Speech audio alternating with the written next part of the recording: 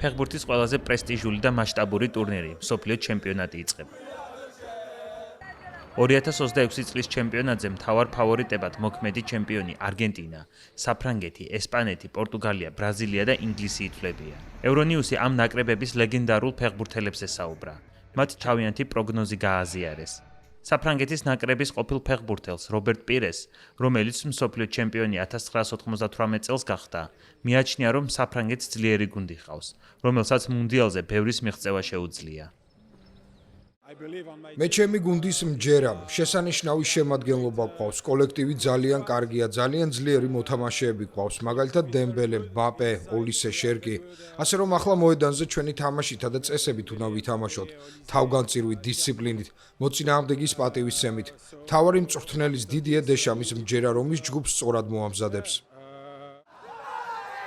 ევრონიუსი ასევე ესაუბრა არგენტინის ნაკრების ყოფილ ფეხბურთელს, ხუან პაბლო სორინს, რომელსაც ალბასეტეს შემადგენლობაში 75 მატჩი აქვს ჩატარებული.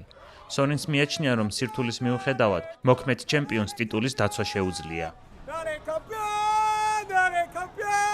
არგენტინა ერთ-ერთი ფავორიტია. ისინი ტიტულის დასაცავად მოდიან, ეს ადვილი არ იქნება. ჩვენ ისეთ ჯგუფში მოვხვდით, რომელიც დაძლევადია, თუმცა რთული იქნება. რაც შეეხება სხვა ფავორიტებს, ამ ეტაპზე საფრანგეთს, ესპანეთსა და პორტუგალიას გამოვარჩევდი.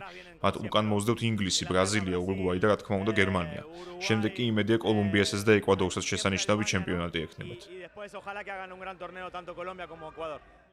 კიდევ ერთ ყოფილ მსოფლიო ჩემპიონს, იტალიელ მარკო მატერაცის, რომლის იტალიის ნაკრებმაც მსოფლიო ჩემპიონატზე გასვლა ზედიზედ მესამედვარ შეძლო, მიაჩნია, რომ მიმდინარე მუნდიალზე შესაძლოა გულშემატკივარმა სიურპრიზებიც იხილოს.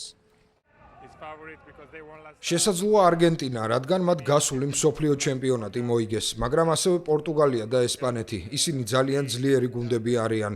ასევე მაროკო შესაძლოა ის სიურპრიზიც გამოდგეს. 2026 წლის მუნდიალს 11 ივნისს სახელგანთქმულ აცტეკაზე მასპინძელი მექსიკისა და სამხრეთ აფრიკის ნაკრებების შეხვედრა გახსნის, რაც 2010 წლის სამხრეთ აფრიკაში გამართული მუნდიალის გახსნითი მატჩის გამეორებაა.